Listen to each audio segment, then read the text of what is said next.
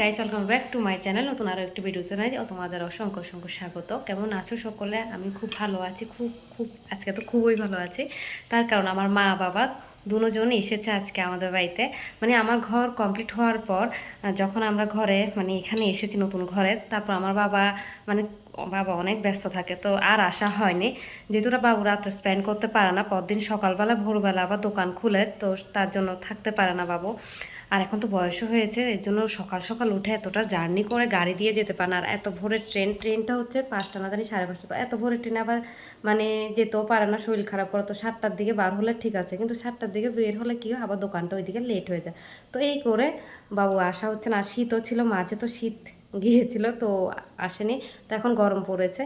তো আজকে মঙ্গলবার, প্রত্যেক মঙ্গলবারে আমাদের ওইখানে সব মানে দোকানের জিনিস সব আমার আগরতলার থেকে বাবু নিয়ে থাকে। আগরতলা আর গুয়াহাটি এই দুইটা জায়গার থেকে বেশিরভাগ নিয়ে থাকে। তো আজকে যেহেতু মঙ্গলবার বাবু আগরতলা এসেছে, তো আজকে বলেছে আমাদের এখানে আসার জন্য। তো মা বাবু দুজনে এসেছে।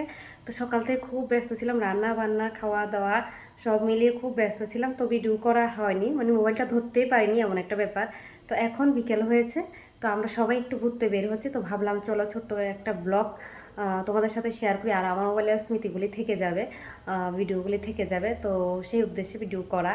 তো চলো তোমাদের দেখায় কোথায় কোথায় যাচ্ছি। ব্লগটা বেশি বড় হবে না, ছোট্ট হবে, তোমরা কন্টিনিউ দেখতে থাকো। আর এই হচ্ছে আমার আউটফিট, একেবারে সিম্পল, কারণ খুব গরম, খুব মানে খুবই গরম। তো তার জন্য একেবারে সিম্পল, হালকা একদম লাইট কালার একটা কুর্তি পরেছে, আর নিচে প্লাজো হোয়াইট কালার। বাস সন্ধ্যা হয়ে গেছে, এখন সন্ধ্যা দিয়ে আসি তাড়াতাড়ি ঝটপট। নিচে সবাই রেডি হয়ে গেছে, আমি রেডি হয়ে এখন নিচে যাচ্ছি সন্ধ্যা দিয়ে। তো চলো তোমরা দেখতে থাকো ব্লগ। আর নিচে এসে দেখি যে সবাই রেডি। আর আমরা 3টা মন্দিরে গিয়েছি। কোন 3টা মন্দিরে গিয়েছি অবশ্যই তোমরা পুরো ব্লগটা দেখলে বুঝতে পারবে। আর অন্য জায়গায় কেন যাইনি এটাও বলবো। আর ওইদিকে দেখি যে আমার মা মানে শাশুড়ি মা রেডি হচ্ছে। আর সোনার ঘরটা একটু তোমরা ইগনোর করো, কারণ যেহেতু বেবির রুম, তো একটু এলোমেলো হয়ে থাকে, কারণ 2টা বেবি আছে সোনার, সো একটু এলোমেলো থাকে। তো এখন ওরা একটু ফটোশ্যুট করবে, তার জন্য সবাই মানে চেঞ্জ করে করে বসছে। তারপর আমরা নিলাম একটা সেলফি। আচ্ছা, এটা ওর ক্যামেরাটা আমার ক্যামেরাটা থেকে আরও ভালো, তো এই জন্য ওর ক্যামেরাতে তোলা হচ্ছে। আর নর্মালি আমি যে ফোনটা এখন নিয়েছি, আমি কেন জানি না আমি স্যাটিসফাইড না। আমি ওপো সেটটা নিলে হয়তো বা আরও ক্যামেরার জন্য ভালো ছিল। এমনি তো মোবাইল জাস্ট দারুণ, কিন্তু ক্যামেরা ওপোটা হলে, ও বলেছিল ওপোর কথা, বাট আমি না করেছি, এখন বুঝতে পারছি। তো যাই হোক,